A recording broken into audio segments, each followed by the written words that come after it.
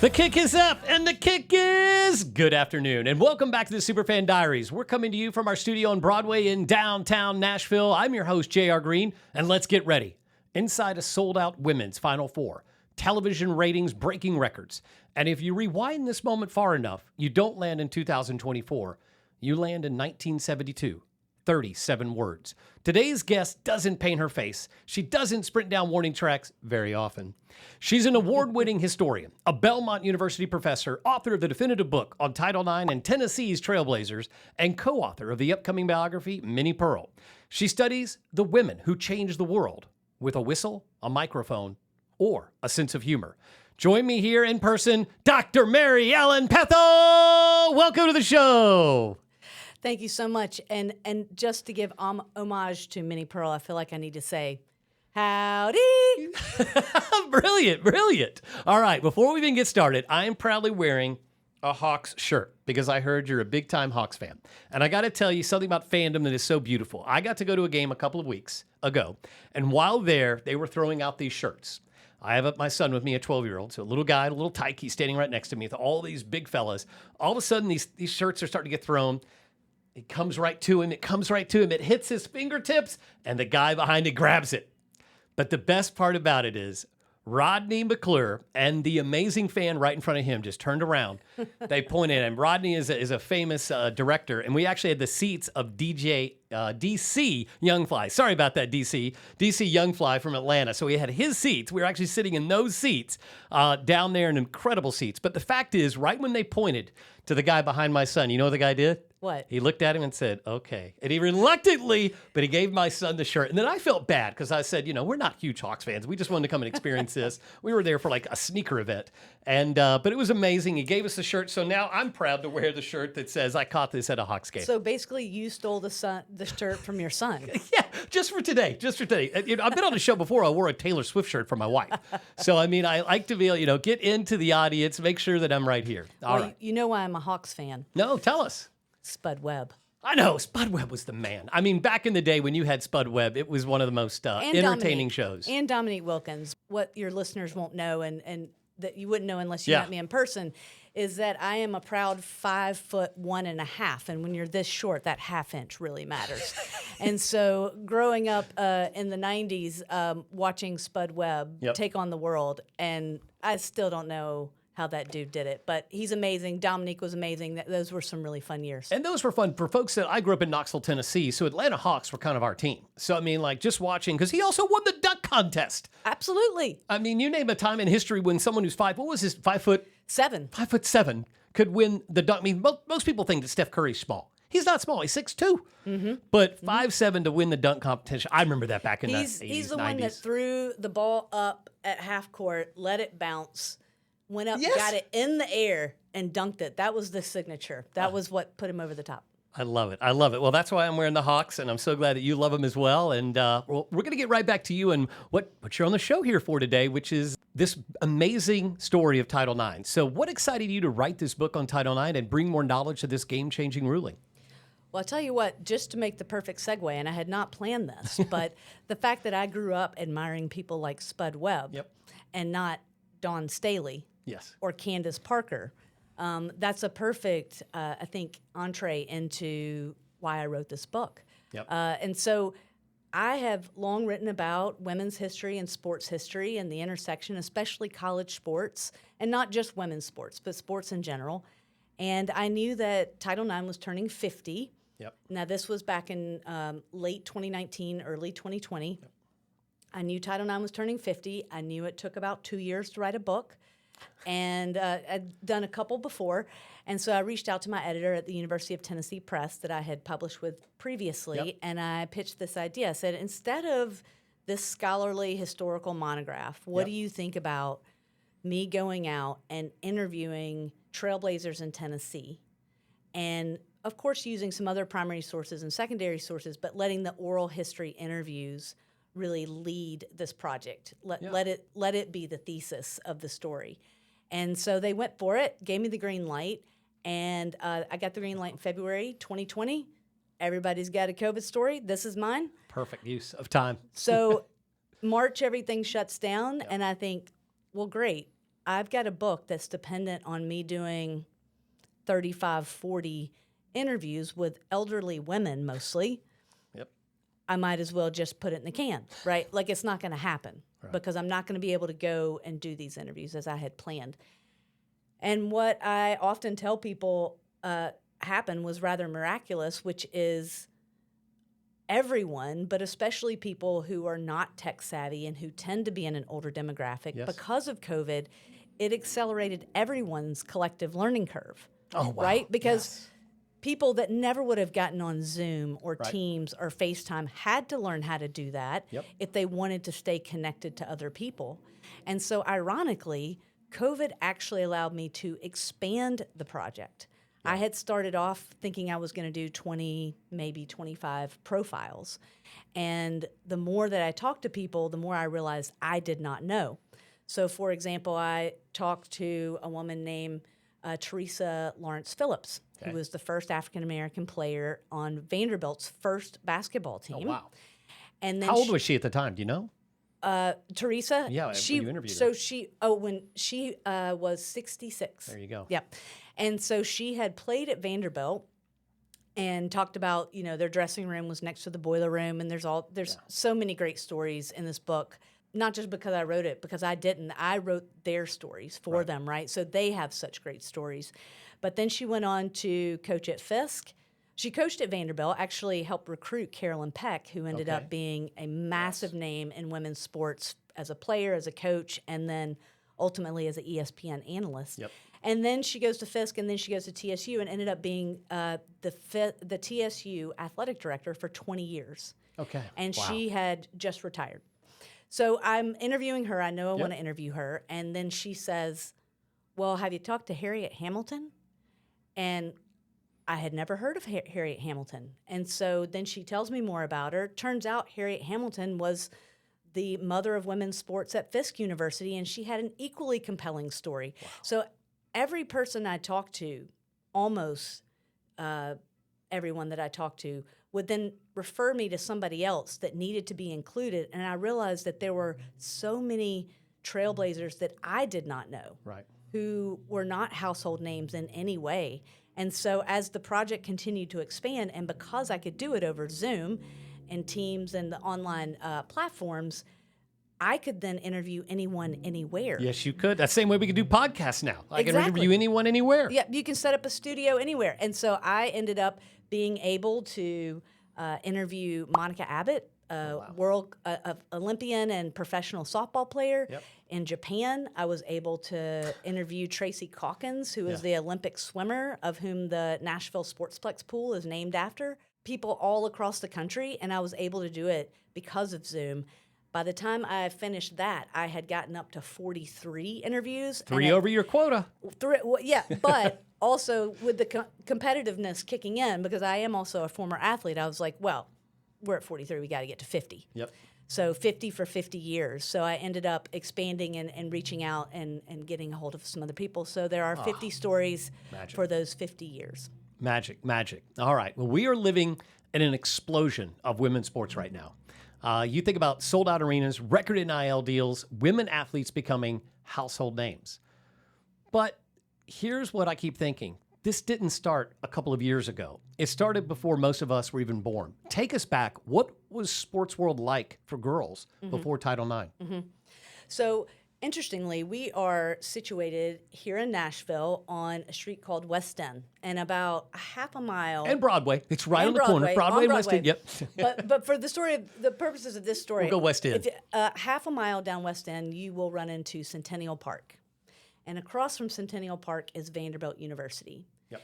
In 1897, in March of 1897, the first publicly held women's basketball game in the state of Tennessee was played at Vanderbilt University. Oh, wow. Half mile from here. Yep. And it was in the Memorial Gymnasium, which is no longer a gymnasium, but it is still an existing building on campus. Yep.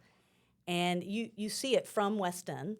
And it was between Vanderbilt Lady Commodores and a school called Ward Seminary, which no longer exists, but it has lineage into two schools here in Nashville, Harpeth Hall School and Belmont University. And so that first game, it was publicly played, but they would not let the male students into the game. And the game ended with Vanderbilt winning 5-0, which sounds like a weird basketball score, right? Yeah.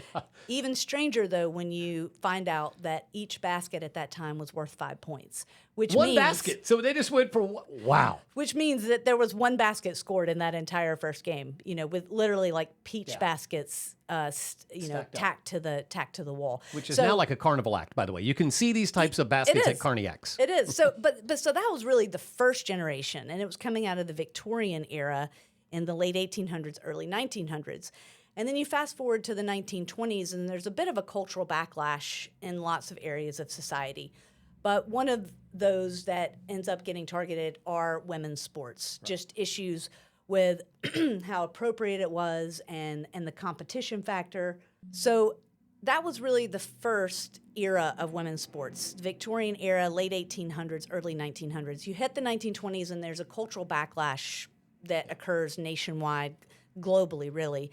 And some of that deals with wanting to reset some traditional notions of the social hierarchy. Yep. And so there were fears about women's femininity and also women's competition. And let's not forget that sports is an area that is often pretty rough and tumble, can be physically violent, and it involves a lot of betting and gambling and drinking. And so they weren't sure that they, at that time with that cultural backlash, wanted to include women in that. So it goes dormant. All the college teams cancel their programs. Wow. And there is nothing until you hit the 1940s. And then in the 1940s, we have another pivotal Nashville story, and more broadly, a Tennessee story. By the way, Tennessee's got some amazing history as it relates to women in period, because I believe the state of Tennessee helped to give women the right to vote. They did. You're right. I mean, our state rocks. That's it. Really is. If you dig into Tennessee's history, it has been the tiebreaker on the right side of history in a lot of different situations. So you get to the 1940s, and so there's no collegiate teams. It's all been relegated to intramural. So you can still play on campuses, but you don't have intercollegiate. They're not playing one another. Right. And so in the 1940s, they started a semi-pro, semi-collegiate league. Wow, okay. Which that kind of entity doesn't exist really now, right? And not that semi-pro and semi-collegiate. But at that time, it was still an but couldn't you call NIL a little bit of semi-pro, semi-collegiate? Yes, you could. Yes, you could. That's a great point. And we'll probably get to this. Oh, we're getting to NIL. Don't worry. A little bit later. We'll get to the end of this, but this, we also might be seeing the end of one era of college sports and the beginning of another that we may have to call something else. We are. It was a league or a program that you've heard of before, which is the AAU, the Amateur Athletic Union, right? And lots of high school kids play AAU ball. Yes. Right? At that time, AAU was the place where women's teams could form, either sponsored by a business or a school in a business. And in Nashville's case, it was a school called the Nashville Business College, called NBC, but I always say the name first so you don't think I'm talking about the sports network. And so NBC played out of Municipal Auditorium, downtown Nashville, and it was truly a league of their own. If you're picturing that movie, they're wearing the short satin shorts, the long knee socks, the Converse, fully makeup. They've got full makeup on, and so Nashville Business College has a team. Okay. There are other teams across the country. There's probably their biggest rivalry was with the Wayland Baptist College in Texas, and they were called the Flying Queens because their sponsor had a private plane they could fly on. Well, hold on. What year was this again? This is in the 40s. 1940s, and they have a private plane. Yes. That's silly. It's wild. Well, their team owner or their main sponsor was in the aviation business, so they lucked up there. But that's Howard Hughes. I mean, was Howard Hughes their sponsor? No, he wasn't. But it was a Howard Hughes like character. Figure. Yeah. So they have this league of their own through the AAU, and Nashville Business College wins 16 national championships with that organization. In 1957, they actually go and play as part of the World Championships and win the World Championships, which at that time was Team USA because Olympics did not yet have women's basketball. So they were that good, including one of the most famous basketball players of all time, and her name is Nera White, who was a farm girl from West Tennessee, and who once said that, she said, you know, when Michael Jordan went up on one side of the lane and then brought it back down and went to the other side and laid it up, everybody knows that move. Oh, yeah. She joked in her last interview before her passing that she was doing that in the 40s. So you stick a pin in Nashville Business College, then that starts to decline in the mid to late 1960s because there is a new or a renewed movement for modern women's sports at the college level. And so by the late 60s, mid and late 60s, you have colleges forming women's basketball teams and other sports, track and field, tennis. Those are probably the three top ones.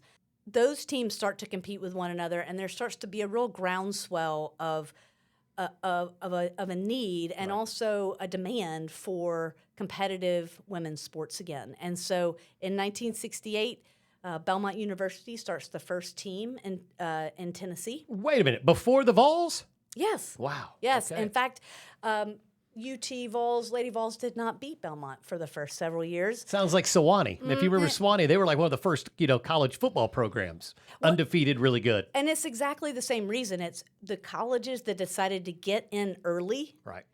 And to invest some real resources and money. Yes. Right? Yeah. But then in both cases, once the large public and flagship universities get in the game, the smaller schools can't compete. Wait a minute. So you're telling me what happened with Ohio State winning a title and then all these other big schools, that it's the same premise just happening over again?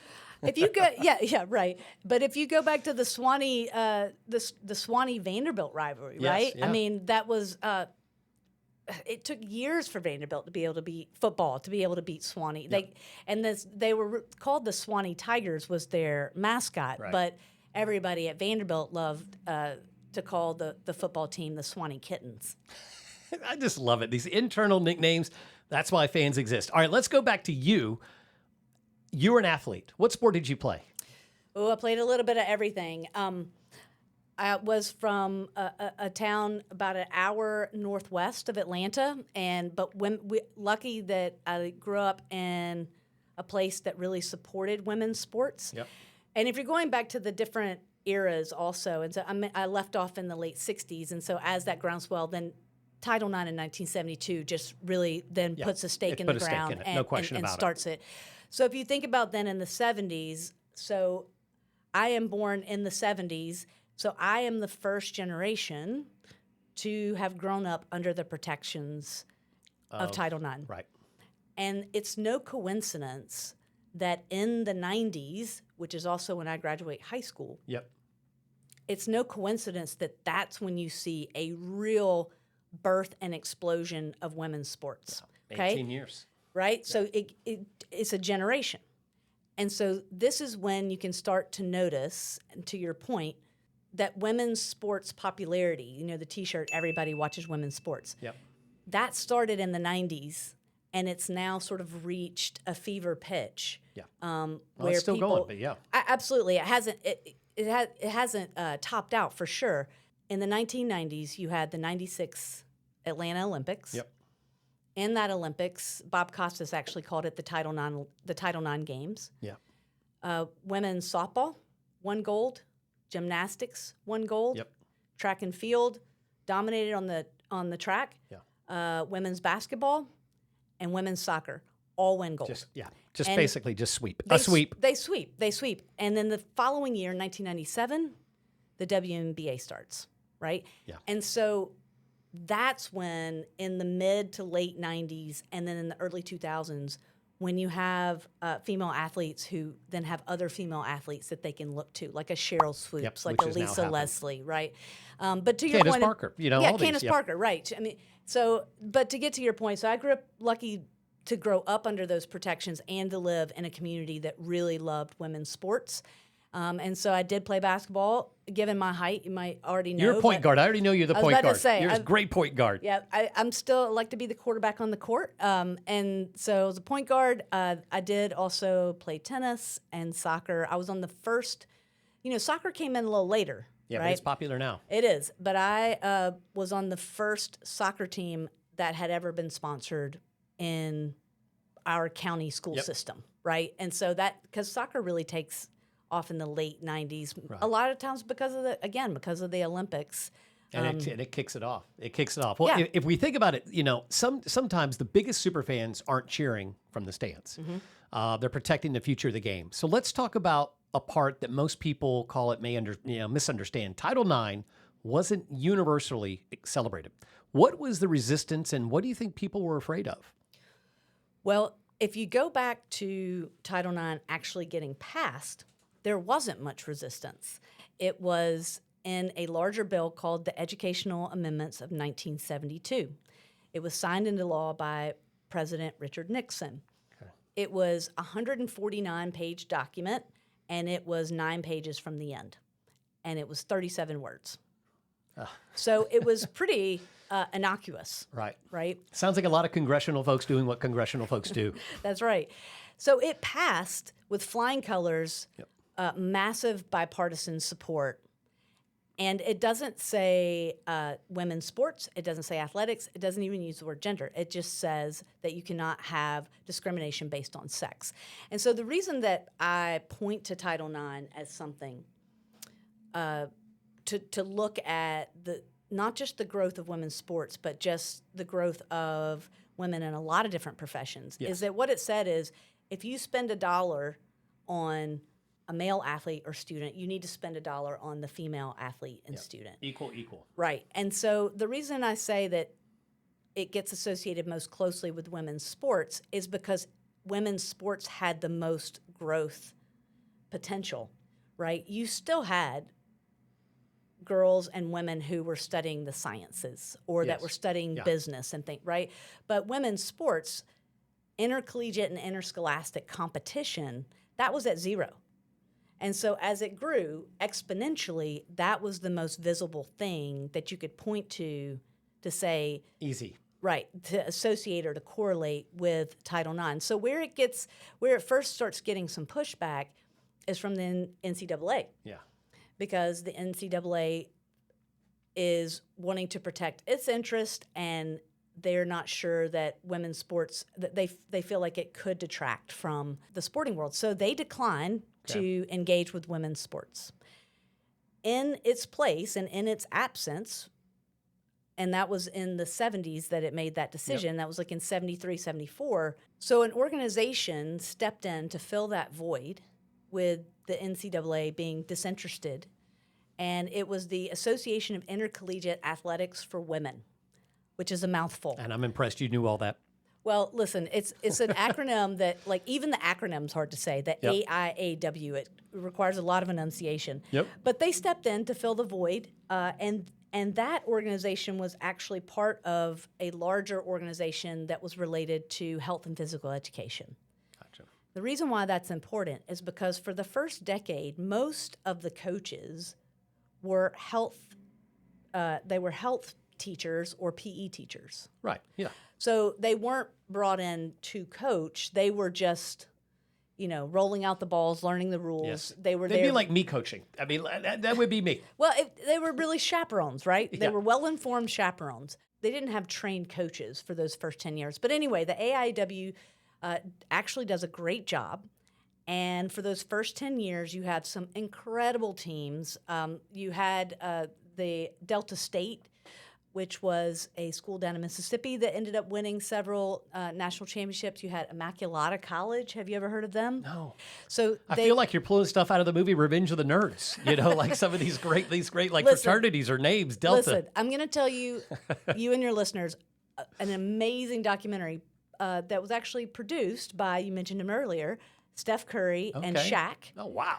And they won an Oscar for it. It's 20 minutes. I remember this. I remember them winning an Oscar. I do. It's called The Queen of Basketball. Yep. And it's the story of a woman named Lucy Harris who played for that Delta team. Okay. And it is an incredible, incredible story. It's 20 minutes, and it's free on, I believe, YouTube, but it's free. Yeah. Google it. You'll find it. 20 minutes. Really compelling. But Immaculata College was the early private school, small, that decided to put a lot of money into women's sports. And then boom. Therefore, boom, they won like the first 3 or 4 national championships. But they were a very strict Catholic school. Yep. So they were called the Flying Nuns. So, because they flew all over the court. Yep. So after Immaculata, then Delta State comes in. They had invested early in women's sports. They dominate. Belmont comes in. Belmont does really well nationally. Tennessee Tech gets in there.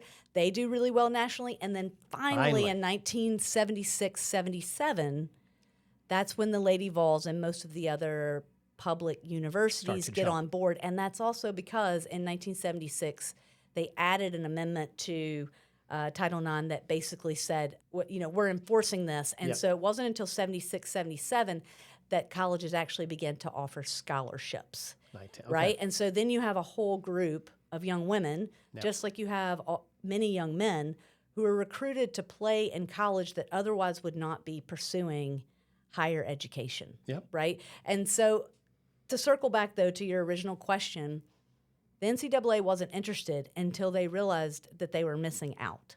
So by 1980, as things are really, the momentum's building, in 1980, they decide, okay, we're going to start a women's sports division.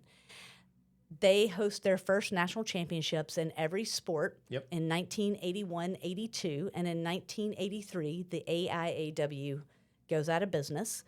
It's kind of bittersweet. Like, the NCAA was the vehicle to take women's sports to the next level. And also just in terms of governance, right, and accountability and consistency.